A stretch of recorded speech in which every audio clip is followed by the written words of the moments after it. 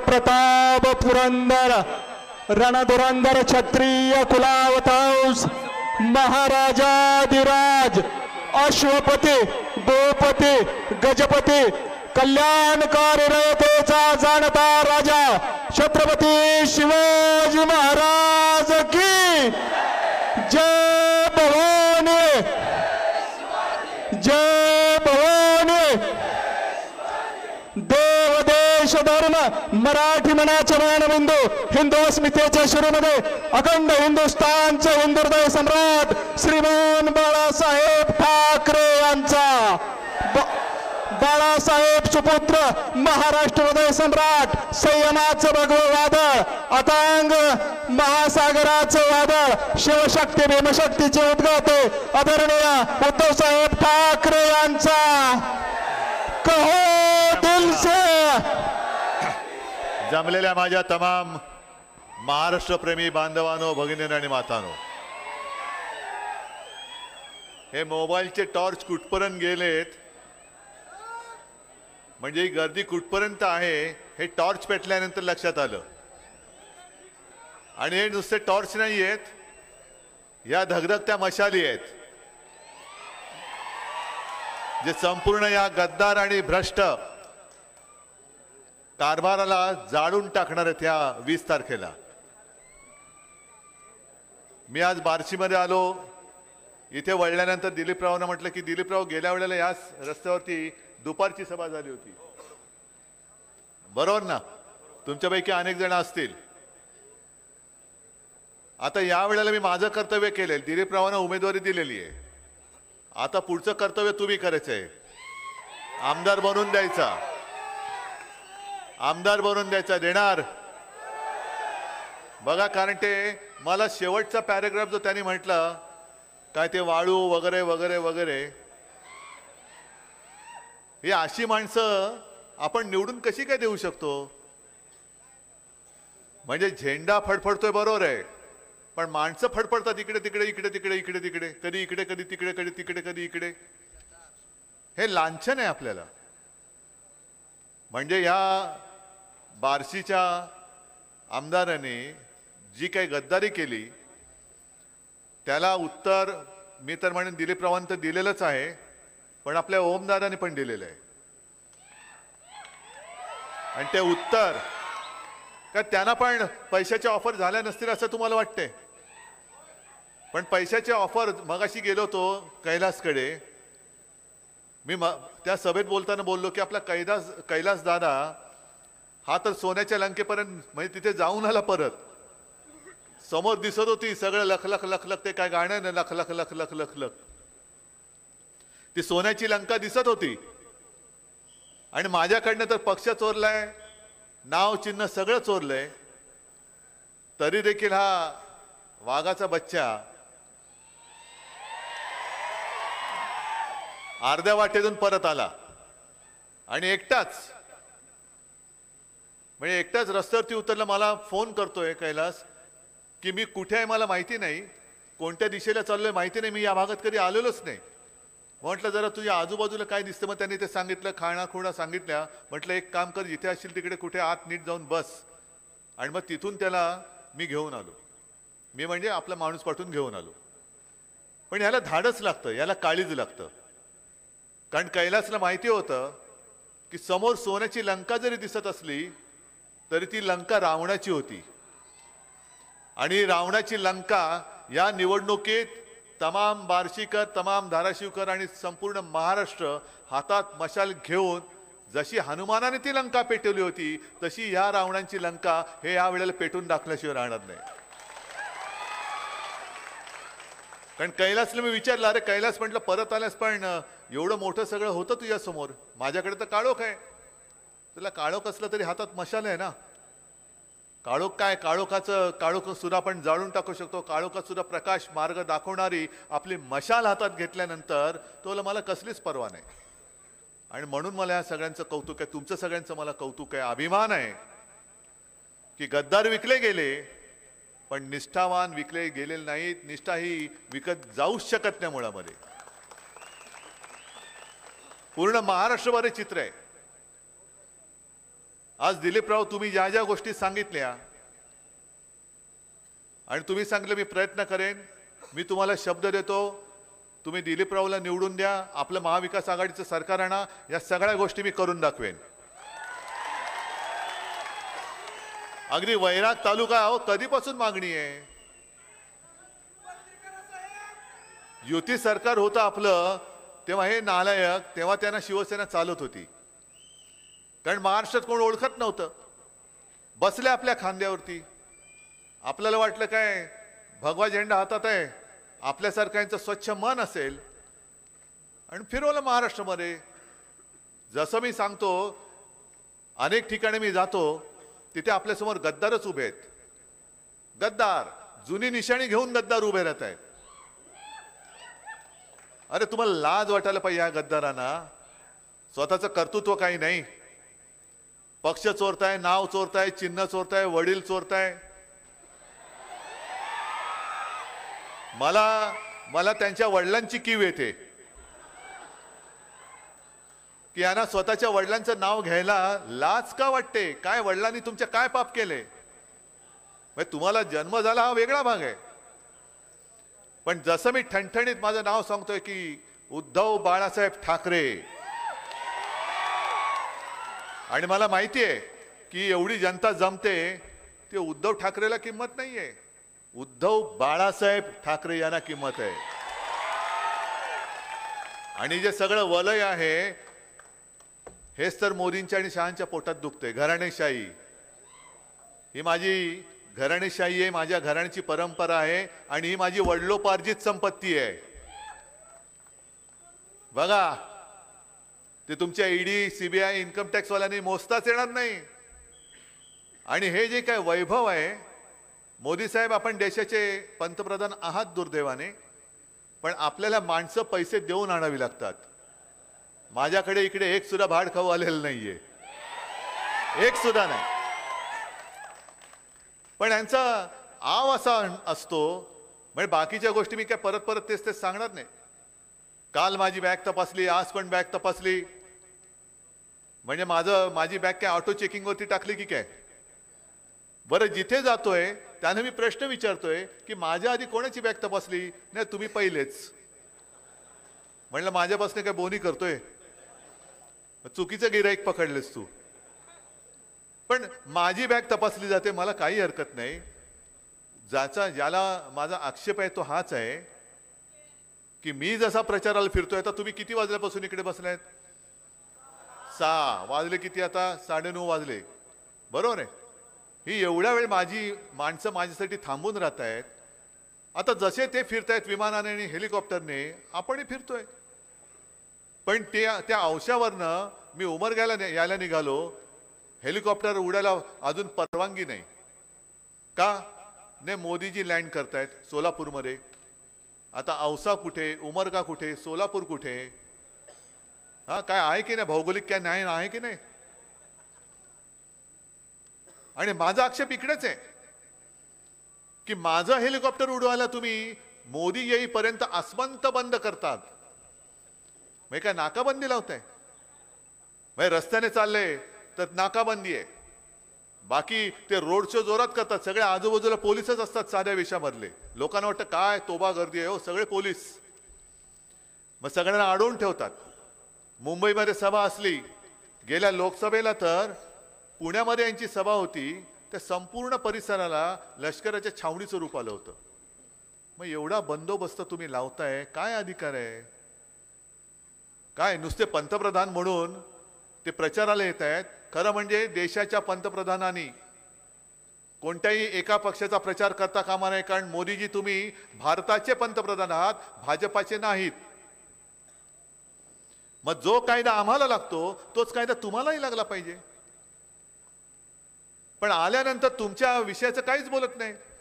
मी मराठवाड्यात फिरलो, सगळा महाराष्ट्र एक दौरा झाला माझा. आता परत उद्या कोकणात जाणार, आणखीन इकडे तिकडे चाललंय. जेवढे दिवस मिळतात तेवढ्या माझ्या सभा आहेत, रोज 4-4, 5-5 सभा आहेत.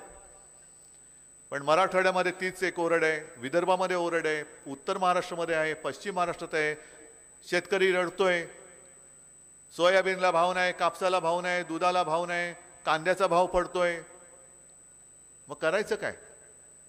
आणि हे प्रश्न तुम्ही विचारू नये म्हणून मोदी आणि शहा मला प्रश्न विचारतात की काश्मीरमध्ये 370 कलम काढलं, त्याला ज्यांचा विरोध होता त्या काँग्रेस बरोबर तुम्ही कसे काय बसलात?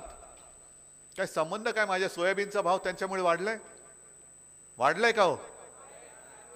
तिकडे काश्मीरमधलं 370 कलम काढलं, हा लोकसभेचा मुद्दा आहे, हा काश्मीरसाठी महत्वाचा मुद्दा आहे. आपल्या देशाच्या एकसंधपणा टिकवण्यासाठी जसं आपण अभिमानाने सांगतो की काश्मीर हा माझ्या देशाचा अविभाज्य भाग आहेच, आणि म्हणून आम्ही तुम्हाला त्यावेळेला पाठिंबा दिला होताच, त्याच्याबद्दल आम्ही शिवसेनेने कधीही विरोध केलेला नव्हता. आज सुद्धा मी उघड पाठिंबा होता हे जाहीरपणाने सांगतोय. पण ही जी निवडणूक आहे ती माझ्या महाराष्ट्राच्या जीवन मरणाची आहे. शेतकरी आज सांगतोय की मला तुम्ही हमीभाव देत नाही आहात, तुम्ही माझं उत्पन्न दुप्पट करणार होतात. एकाचंही उत्पन्न दुप्पट झालेलं नाहीये. शेतमालाला हमीभाव मिळत नाहीये. 2 कोटी लोकांना दरवर्षी रोजगार देणार होते, रोजगार तर दिलेले नाहीच, पण रोजगार कुठे गेले ना. मग आता तुम्ही मला सांगा की लोकसभेची निवडणूक आपण लढवत असताना आपण हुकुमशाहीच्या विरुद्ध लढलो, आज सुद्धा लढणार, उद्या पण लढतच राहणार. या देशात कोणाची हुकुमशाही आम्ही खपून घेणारच नाही, आणि हा शिवरायाचा महाराष्ट्र तर अजिबात खपून घेणार नाही. पण आपण ती निवडणूक लढवताना यांचीच लोक बोलत होते की आम्हाला 400 पार पाहिजे का, तर संविधान बदलायचंय बोलत होते ना. मग तेव्हा जेव्हा तुम्ही चांगला फटका दिलात तेव्हा हे बोंबलायला लागले की ह्या विरोधी पक्षांनी म्हणजे महाविकास आघाडीनी आणि इंडिया आघाडीनी एक फेक नरेटिव्ह म्हणजे काय की खोटं कथानक तयार केलं, आणि म्हणून लोक त्याला बळी पडले म्हणजे फसले. मग संविधान बदल करण्याचं आमचं फेक नरेटिव्ह असेल असं भाजपला वाटत असेल तर उद्योग जे महाराष्ट्रातले आहेत किंवा होते ते गुजरातला जात आहेत, हे फेक नरेटिव्ह आहे की हे फॅक्ट आहे? फॅक्ट म्हणजे सत्य आहे ना. काय गुन्हा केला आपण? आणि आज सुद्धा आपली निवडणूक आली आता 4-5 दिवसावरती. गेल्या 15-1 दिवसापूर्वी महाराष्ट्रातली निवडणूक आहे, असू दे, महाराष्ट्र काय करेल, देईल मत, दिलं तर दिलं, नाही दिलं तर नाही दिलं. आपल्या राज्यामध्ये आपण जो आणू इच्छित होतो विदर्भामध्ये, कारण सगळे भाग महाराष्ट्र हा पूर्ण विकसित झाला पाहिजे, म्हणून माझ्या वचननाम्याचं मी ते एक शीर्षकच ठेवलंय, स्वावलंबी महाराष्ट्र, समर्थ महाराष्ट्र, सामर्थ्यवान महाराष्ट्र. आपण तो टाटा एअरबसचा उद्योग नागपूरमध्ये आणू इच्छित होतो, त्यानं जागा दाखवत होतो, जागा दाखवली होती, गेला कुठे? गुजरात. आणि अगदी आपल्या निवडणुकीच्या तोंडावरती आपल्या जखमेवरती मीठ चढावं अशा पद्धतीने आम्ही तुमचा उद्योग तर आणलाच, पण तुमच्याकडे निवडणूक असताना देखील आम्ही मोठ्या प्रमाणावरती त्याचं उद्घाटन पण करून दाखवलं. काय दिमाखात मोदींनी उद्घाटन केलं? ही तुम्हाला महाराष्ट्रातील लोक म्हणजे काय गांडूळ वाटले की काय? मी प्रत्येक सभेत सांगतोय की महाराष्ट्र हा गांडूळ पैदास करणारा राज्य नाहीये. महाराष्ट्रामध्ये छत्रपती शिवरायांचे मावळे जन्माला येतात, ही गांडोळांची पैदास नाहीये. तुम्ही सगळं काही गुजरातला नेताय. बरं, मी प्रत्येक सभेत मुद्दामून सांगतोय, कारण कुठेही मला गुजरात आणि महाराष्ट्र असा वाद नाही करायचा. या बार्शीमध्ये सुद्धा अनेक गुजराती राहत असतील, महाराष्ट्रामध्ये राहतात, त्यांच्यात आणि आपल्यामध्ये कुठेही वाद नाहीये. तो वाद, ती भिंत मोदी आणि शहा बांधतायत, मोदी आणि शहा. बरं, कालांतराने मोदी जातील, शहाही जातील, पण त्यांना कळत नाही की त्यांनी बांधून ठेवलेल्या भिंती या तशाच राहतील. पाडणार कोणत्या? आपल्यामध्ये एकतर हिंदू मुसलमान म्हणून वाद लावायचा. गेल्या वेळेला हे त्यांचेच सगळे शब्द आहेत की मुसलमानांनी आपल्याला मत दिली. अहो, का नाही देणार? कारण त्यांना कळलं तुमचं हिंदुत्व आणि आमचं हिंदुत्व हे वेगळं आहे. तुमचं घर पेटवणारं हिंदुत्व आहे, माझ्या घरातली चूल पेटवणारं हिंदुत्व आहे. हा फरक कळल्यामुळे मुस्लिम लोक सुद्धा बरोबर आले. मग त्याच्यावरनं मला टोमणे मारायला लागले. काल तिकडे मुंबईमध्ये आपण एक उमेदवार दिलेला आहे, आपला कट्टर शिवसैनिक हरून खान, मग त्याच्या पत्नी पण नगरसेविका होत्या. हा 20, 25, 30 वर्ष आपला शिवसैनिक आहे, उत्तम मराठी बोलतो, शिवसैनिकासारखा वागतो, आणि त्याला उमेदवारी दिली तर देवेंद्र फडणवीस तिकडे जाऊन काय बोलतायत? हे वोट जिहाद करतायत, वोट जिहाद. आणि म्हणून तुम्ही यांच्या विरुद्ध मताचं धर्मयुद्ध करा असं ते मला ते सांगतायत. मग मी निवडणूक आयोगाला विचारतोय की धर्मयुद्ध करा हे तुमच्या निवडणूक आचारसंहितेत बसतं का? आणि देवेंद्रजी, मी एका शिवसैनिकाला शिवसैनिक म्हणून उमेदवारी दिल्यानंतर तुम्ही त्याच्या विरुद्ध धर्मयुद्ध करायला सांगत असाल तर हा शिवसैनिक 2014 आणि 2019 मध्ये मोदींसाठी मत मागत होता तेव्हा तो तुमचा का तुम्हाला वाटत होता? म्हणजे तुमचा उदो उदो केला तर तो दाऊदचा माणूस असला तरी चालतो, आमच्याकडे असला तर तो चोर, आणि तुमच्याकडे आल्यानंतर तुम्ही काय त्याला ते आहे ना, दिवाळी आली मोती साबणाची वेळ झाली, तुम्ही काय मोती साबणाने आंघोळ घालून त्याला पवित्र करून घेता? हे सगळे फसवेपण जे आहे हे फसवेपण तुम्ही तुमच्या लक्षात आणून देतोय. आणि अशी फसवी माणसं तुम्हाला आजपर्यंत न्याय देऊ शकले असतील. मी म्हणतो मी भाषण थांबवतो, घरी जातो, तुम्ही परत त्यांना निवडून द्या त्यांना निवडून. आहे तयारी? अमित शहा म्हणाले 4 दिवसापूर्वी की आमचं म्हणजे त्यांचं सरकार आल्यानंतर देवेंद्र फडणवीस मुख्यमंत्री होणार. मान्य आहे का रे तुम्हाला? असेल तर त्यांच्या उमेदवारांना द्या मत आणि द्या. तुमचं सगळं आयुष्य गुजरातच्या चरणी वाहून टाका. तुमचं आयुष्य, तुमच्या मुलाबाळांचं आयुष्य. महाराष्ट्र हा कधी कोणाचा गुलाम बनून राहणार नाही, कधी बनणार नाही. आपले सेनापती बापट जे म्हणायचे, आम्ही दरवेळेला भाषणात सांगतो, पण ती वेळ आता आली आहे. महाराष्ट्र मेला तरी राष्ट्र मेले, खरा वीर वैरी पराधीनतेचा, महाराष्ट्र आधार या भारताचा. हा महाराष्ट्र आहे तो पराधीनतेचा वैरी आहे, वीर आहे. आणि आज महाराष्ट्र तुम्ही तुमच्या चरणी जणू काय नोकर असल्यासारखे वागवत आहे. महिलांना 1500 रुपये देत आहेत, शेतकऱ्यांना आम्ही कर्जमुक्त करू का? लोकसभेत फटका पडला म्हणून. मी मुख्यमंत्री झाल्यानंतर माझ्या पहिल्या अधिवेशनामध्ये, नागपूरच्या पहिल्या अधिवेशनामध्ये मी शेतकऱ्यांना कर्जमुक्त करण्याची नुसती घोषणा करून नव्हतं थांबलो, मी करून दाखवलं होतं. तुम्हाला मिळाली होती की नव्हती कर्जमुक्ती? तुम्हाला तेव्हा सोयाबीनला भाव होता नव्हता, कापसाला होता, दुधाला होता, जे जे काय तुम्ही पिकवताय त्याला तुम्हाला भाव मिळत होता की नव्हता? मग आता जी काय परिस्थिती आहे, सोयाबीन तुम्ही फिरा ना इकडे, किती काय शेतकरी आलेत का रे? सोयाबीनचे आलेत ना? जे जे काय तुम्ही इकडे पिकवता, कारण मी विदर्भ मराठवाड्यामध्ये फिरलो, हा पण मराठवाड्याचा आहे. इकडे थोड्या सोलापूरमध्ये जरी आला तरी आपला हा भाग जातो धाराशिवमध्ये मतदारसंघात. पण ते सगळे शेतकरी मला सांगतात की तुमच्या वेळेला आम्हाला सोयाबीनला 10,000च्या वरती भाव होता, कापसाला भाव होता, आता सगळं पडत चाललेलं आहे. आणि जीएसटी एवढी आपलं सगळं पिळून टाकते, आयुष्य नासवून टाकते की सकाळी उठल्यानंतर आपण ब्रशिंग करतो, ब्रश घेतला त्या ब्रशला जीएसटी लागलेली असते, ब्रशवरती पेस्ट पिळली त्या पेस्टला जीएसटी आहे, चूळ भरून चहा घेतला चहावरती जीएसटी आहे, आंघोळीला गेलो साबणावरती जीएसटी, कपडे घातले कपड्यावरती जीएसटी, ब्रेकफास्ट केला त्याच्यावरती जीएसटी, हॉटेलमध्ये गेलो त्याच्यावरती जीएसटी, शेतकऱ्यांच्या अवजारावरती जीएसटी आहे की नाही, खतावरती आहे की नाही, कीटकनाशकावरती आहे की नाही, त्याच्यानंतर तुमची जी काय अवजार असतील त्याच्यावरती जीएसटी आहे की नाही. मग जीएसटी काय तुम्हाला सोडत नाही. तुम्ही उठल्यापासून झोपेपर्यंत जीएसटी आहे.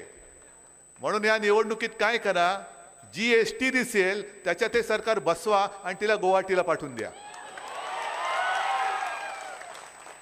आणि सांगा याला म्हणतात जीएसटी आली, तिच्यात तुम्हाला बसवतो आणि देतो पाठवून. काय झाडं, काय डोंगर. मी काल परवाकडेच तिकडे होतो आणि त्यांना तिथल्या मतदारांना तुफान गर्दी होती. मतदारांना मी सांगितलं की म्हटलं एकच तिकीट पाहिजे गुवाहाटीचं. यांना तिथले डोंगर दिसत आहेत, पण या गद्दारांना रायगडावरचं टकमक टोक आता दाखवायचं आपल्याला. रायगडावरचं टकमक टोक जे महाराजांचं शासन होतं, गद्दाराला जे शासन करायचे ते यांना राजकारणामध्ये आपल्याला करून दाखवायचे. आणि म्हणूनच आपण जी काही वचनं देतो आहोत, एक तर शेतकऱ्यांना आपण परत कर्जमुक्त करणार आहोत, मी ही वचनं मुद्दामून सांगतोय. महिलांना फक्त 1500 नाही तर 3000 करणार आहोत. महिलांना सुरक्षेसाठी स्वतंत्र महिला पोलीस स्टेशन्स आपण करणार आहोत. 5 जीवनावश्यक वस्तूंचे भाव शेतकऱ्याचं नुकसान होऊ न देता आपण स्थिर ठेवून दाखवणार आहोत. दिलीपराव, तुम्ही सोबत होतात आणि आपलं सरकार होतं तेव्हा आपण हे करून दाखवलं होतं. मनोहर जोशी मुख्यमंत्री असताना 5 जीवनावश्यक वस्तूंचे भाव स्थिर ठेवून दाखवले होते. मुलींना मोफत शिक्षण दिलं जातं तसं मी माझ्या महाराष्ट्रामध्ये जन्मलेल्या मुलांना सुद्धा मोफत शिक्षण देऊन दाखवणार आहे. कारण ह्या काही काही गोष्टी म्हणजे तुम्ही तर जगता आहात आणि तुमच्या आयुष्याच्या ज्या बातम्या आमच्यापर्यंत पोहोचतायत ह्या नुसत्या बघून मी सोडून नाही देत. मी कालच्या सभेत सांगितलं तेच तुम्हाला आज परत सांगतोय की टीव्ही चॅनलवरती अनेक बातम्या येत असतात. काल मी सहज एक बघितलं, राजदीप सरदेसाई यांनी एका शेतकऱ्याच्या ते घरी गेले अमरावतीमध्ये. दुर्दैव असं की त्या शेतकऱ्याने आत्महत्या केलेली. त्या आत्महत्या झालेल्या शेतकऱ्याच्या घरात राजदीप सरदेसाई गेले. त्याची विधवा पत्नी बसलेली, 2 तरणीवाण मुलं. आणि मग तो त्याने विचार होतो तुमचं नाव काय, कितीचं कर्ज होतं. 1,00,000-1,15,00,000चं कर्ज असेल. मग दोन्ही मुलांना विचारलं तू काय करतोस, काय शिकतोस. तो मी शिक्षण सोडून दिलं आता. कारण शाळेची फी कशी भरायची, शिक्षण घेणार कसं. शिक्षण घेण्याची इच्छा आहे पण घेऊ शकत नाही कारण डोंगरासारखं कर्ज आहे. ते कर्ज फिटलं जात नाही म्हणून शिक्षण घेऊ शकत नाही. अनेक मुलांची लग्न होत नाही, कोणी मुली द्यायला तयार नाहीत. आणि मग त्यांनी त्याला विचारलं त्या मुलाला, अरे तू शेती करणार का. तो मी शेती अजिबात करणार नाही, हमाली करेन पण शेती करणार नाही. दुसऱ्याला विचारलं तो काय करणार, दुसरा पर्याय काय माझ्याकडे आहे. कर्ज डोक्यावरती कर्ज आहे, फेडावं तर लागेल. कारण शेतकरी म्हणजे काय अदानी नाहीये कर्ज माफ व्हायला. मोठे कोणी उद्योगपती नाहीयेत की झालं कर्ज माफ. पण ज्या मुलांना, शेतकऱ्याच्या माझ्या मुलांना शिकायचंय त्या मुलांना शिकता येत नाही. कारण का की फी भरायला पैसे नाहीत. वडिलांच्या डोक्यावरती कर्ज आहे, वडिलांना मला मदत करावी लागते. त्यांना मदत केली तर ते माझ्यासाठी, माझ्या कुटुंबासाठी खपतायत, झटतायत. त्यांना मदत करायला म्हणून मुलं शिक्षण सोडतायत. आणि मग अशा मुलांना शिकवायचं नाही तर काय करायचं, नुसतं बघत बसायचं. काश्मीर में 370 कलम निकाल दिया, त्याने का मुलगा शिकतोय. मुलगी शिकली, प्रगती झाली, 1500 देऊन घरी बसवली, काय उपयोग आहे त्या शिक्षणाचा. मुलं शिकली पाहिजेत, मुली शिकल्या पाहिजेत, त्यांना नोकरीसाठी उद्योग आले पाहिजेत. ना शिक्षणाचा पत्ता आहे. उद्योग जे होते ते आणि येणारे उद्योग हे सगळे गुजरातला जात आहेत. मग माझे इथले सगळे लोक ही काय नोकरी करायला गुजरातला जाणार. आणि तुम्ही सगळे जाणार, तुमच्यापैकी बरेच जण म्हणजे वयाच्या नुसार मी म्हणतोय आई वडील आहात. मला एक उत्तर खरं द्यायचं. तुम्हाला कोणी फुकटचं दिलेलं आवडेल की तुम्हाला तुमच्या मुलाने किंवा मुलीने स्वकष्टाने कमवलेला 1 रुपया आवडेल. कारण महाराष्ट्र कोणाकडे हात पसरणारा नाहीये. आम्ही मागतोय, आमच्या कष्टाचं मागतोय. शेतकरी जो हमी भाव मागतोय त्याला फक्त हमी भाव द्या. 1500 वगैरे नाही दिले तरी चालतील, तुम्ही हमी भाव द्या. आम्ही तर 3000 देणार आहोत. पण हे जसं मी सांगतो की मी कर्ज तुम्हाला मुक्त करून दाखवलं होतं, मी काही घरनं पैसे नव्हते आणले. तसेच हे यांच्या काही बापाचे पैसे नाही आहेत 1500 रुपये. हा पैसा तुमचा आहे, तुमचा लुटलेला पैसा आहे. म्हणजे गद्दाराला 50 खोके आणि बहिणीला फक्त 1500 ही किंमत. आणि यांचा माज आता असा वाढलाय की जणू काही यांना असं वाटतंय की या महाराष्ट्रातल्या माता भगिनी 1500 देतोय म्हणजे आपल्या नोकर झालेले आहेत. तो कोल्हापूरचा मुन्ना महाडिकची त्याची मस्ती पाहिलीत ना तुम्ही. काय मस्ती आहे की पैसे आमच्याकडनं घ्यायचे आणि सभेला तिकडे जायचं. अरे काय तू तुझ्या घरनं पैसा आणतोयस, म्हणजे काय धमकी देतोस की काय. म्हणून मी जाहीर सभेत सांगतोय मुन्ना महाडिकला, कारण मुन्ना महाडिक मला माहिती आहे की तुम्ही फोटो काढून केवळ आमच्या सभेला महिला आल्या आहेत म्हणून त्यांना धक्का लावण्याचा प्रयत्न केला तर याद राखा, तुझा हात जागेवर नाही ठेवणार मी. हात नाही ठेवणार जागेवर. हीच तर शिकवण आम्हाला छत्रपती शिवाजी महाराजांनी दिलेली आहे. आणि ही शिकवण, हे संस्कार हे पुसून टाकायला चाललेले आहेत. नुसतं आपलं काहीतरी भास आणायचा, फसवायचं मग कधी शिवाजी महाराजांचं नाव घ्यायचं. अहो तुम्हाला माहिती आहे लोकसभेच्या आधी केवळ आणि केवळ आपली मतं त्यांना पाहिजे होती, कोकण पट्ट्यातली मतं पाहिजे होती, म्हणून घाई गर्दीने शिवाजी महाराजांचा पुतळा तिकडे बांधला होता. पण त्या पुतळा बांधण्यामध्ये पुतळ्यात सुद्धा नालायकांनी पैसे खाल्ले. पुतळ्यात, महाराजांच्या पुतळ्यात सुद्धा 8 महिन्यामध्ये आपल्या या दैवताचा पुतळा कोसळून पडतो. आणि मिंदे म्हणतो वाऱ्याने पुतळा पडला. वा रे वा. आणि म्हणून मी चिडून बोलतो, अरे वाऱ्याने मिंदेची दाढी नाही ती उडत की अशी भुरभुर भुरभुर उडते? काय झालं ना, वारं सुटले, तुझी दाढी नाही ना उडत. तू काय बोलतोस? काय तालतंत्र, काय शुद्धीवर आहेस? छत्रपती शिवाजी महाराजांचा पुतळा जे आमचं दैवत आहे तो कोसळून पडतोय. आणि दुसरे त्यांचे ते चष्मे बहादर म्हणतायत वाईटातून काहीतरी चांगलं होतं, जोड्याने तोंड फोडलं पाहिजे, यांचं थोवाड फोडलं पाहिजे खरं म्हणजे. आणि म्हणून आम्ही त्याला जोडे मारलेच. महाराजांचा पुतळा पडल्यानंतर वाईटातून चांगलं, अरे पुतळा पडल्यानंतर त्या वाईटापेक्षा आणखीन चांगलं काय होणार आहे? आणि म्हणून मी ठरवलेलं आहे की यांच्यामध्ये आता माणुसकी शिल्लक राहिलेली नाहीये. धर्माधर्मामध्ये मारामाऱ्या लावतायत, आगी पेटवून, घरांच्या होळ्या पेटून यांच्या हे पोळ्या भासतायत. महिला आता असुरक्षित आहेत, त्यांच्यासाठी आम्ही महिलांची पोलीस स्टेशन्स उभारणार आहोत, जिकडे महिला अधिकारी आणि कर्मचारी सुद्धा महिलाच असतील. महिला पोलिसांची भरती आम्ही जास्त करणार आहोत. 25 लाखापर्यंत कॅशलेस मेडिकल सेवा सुद्धा आम्ही तुम्हाला देणार आहोत. खूप काही करायचे आहे. पण छत्रपती शिवाजी महाराजांनी जे आपल्याला शिकवलं की गरिबाच्या भाजीच्या देठाला देखील हात लागता कामा नये. इकडे गरिबाची भाजी तर सडतेच, पण गरीब मुळासकट उखडला जातोय तरी मोदी आपले फिरतायत. आज इधर तो कल उधर फिरतायत. देश पडलाय वाऱ्यावर, पण मला सत्ता मिळाली पाहिजे. आणि म्हणूनच जे मी ठरवलंय की आपली सत्ता आल्यानंतर येणार म्हणजे येणार, आणणार म्हणजे आणणार. जसं इकडे भगवंताचं मंदिर आहे, हे एकमेव देशातलं मंदिर जिकडे विष्णूला भगवंत म्हणून इकडे नाव देऊन त्याचं मंदिर आहे. त्याचं तीर्थक्षेत्र म्हणून विकास करायचाच. तसंच छत्रपती शिवाजी महाराजांची मंदिरं जी संस्कार पीठ असतील ही महाराष्ट्रातल्या प्रत्येक जिल्ह्यात मी उभारणार आहे. प्रत्येक जिल्ह्यात. आणि केवळ महाराष्ट्रामध्येच नाही तर हे गद्दार जिकडे पळाले होते, कुठे पळाले होते? सुरत, गुवाहाटी. पहिलं मंदिर मी सुरतलाच बांधणार आहे.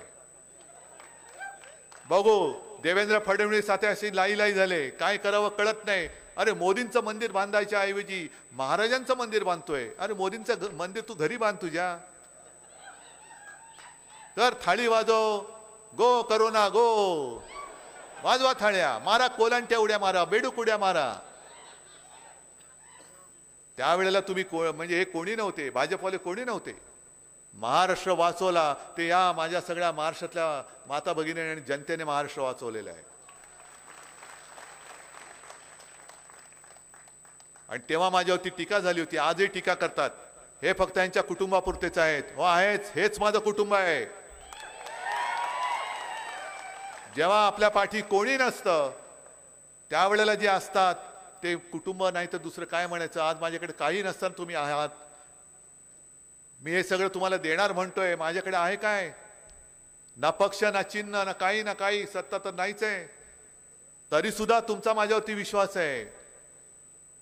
मोदीजी, हे भाग्य तुमच्या नशिबात नाही, त्याला मी काही करू शकत नाही. आणि याच्यावरती तुम्ही जर का घराणेशाही म्हणून आरोप करणार असाल तर तो मला मंजूर आहे. ही माझी घराणेशाही आहे, ही माझी घराण्याची परंपरा आहे आणि ही माझी वडिलोपार्जित संपत्ती आहे. ही माझी वडिलोपार्जित संपत्ती, हे माझं भांडवल आहे. दिलीपराव जिथे जातोय कशाला? ओम, दादा तुला पण माहिती आहे, निवडणूक लढवताना समोरून पैशाचा धबधबा पडतो. अतिवृष्टी, पूर येतो, पैशाचा पूर. पण मला त्याची चिंता नाही, कारण माझी संपत्ती ही इकडे आहे. आणि हे तुम्ही विकत जाणारे नाही आहेत. ह्यातले तुम्ही कोणी सुद्धा विकत घेऊ शकत नाही आहात. कारण जर का विकले जाणारे तुम्ही असता तर तुम्ही आज रात्री एवढ्या माझ्या सभेला जमलातच नसता. बरं, आपलं काय मिंद्याच्या सारखं आहे का की काहीतरी भाड्याने लोक आणलेत? हा बिर्याणी ठेवले, म्हणजे बिर्याणी ठेवले, सगळं ठेवलंय आणि आपलं आणि म्हणून कशाला कणून बोलतो तू? म्हणजे यांना स्वतःची माणसं नाहीत. पक्ष चोरावं लागतं, चिन्ह चोरावं लागतं, माणसं भाड्याने आणावी लागतात. इकडे एक सुद्धा भाडकाऊ नाहीये, सगळी जिवंत माणसं आहेत, ओरिजिनल. ही खरी शिवसेना. अमित शहा जे बोलले ना नकली सेना, मी त्यांना बेअकली म्हणतो. त्यांना म्हणा येऊन बघा काय शिवसेना आहे. आता फक्त एकच काम करायचं. दिलीपराव तर आहेतच, हातात मशाल आहेच. या परिसरामध्ये जिथे जिथे मशाल आहे तिकडे मशाल, हात आहे तिकडे हात, आणि तुतारी फुकणारा मावळा असेल तिकडे तुतारी. याच्याशिवाय चौथं चिन्ह नाही. ठरलं? नक्की? आता मी तुम्हाला एवढी वचनं दिलेली आहेत, तुम्ही मला एक वचन देताय? ठीक आहे, मग सगळ्यांना मी धन्यवाद देतो, शुभेच्छा देतो, आणि फक्त एकच विनंती करतोय की महाराष्ट्राला विकू देऊ नका. महाराष्ट्र विकला जाणार नाही याची खात्री करा. आणि भाजपची जी घोषणा आहे की महाराष्ट्राबद्दल लुटेंगे और दोस्तों को बांटेंगे, आम्ही झुकणार नाही, विकणार नाही, तुटेंगे नाही, बिकेंगे नाही, आणि यांना गुडघ्यावर आणल्याशिवाय राहणार नाही, ही एकच प्रतिज्ञा करा. आणि आपण सगळेजण शिवसेना प्रमुखांची, मी आहे बाळासाहेबांची मशाल, मी जाणणार यांचा भ्रष्ट कारभार, ही शपथ घेऊन मैदानात उतरा. धन्यवाद. जय हिंद, जय महाराष्ट्र.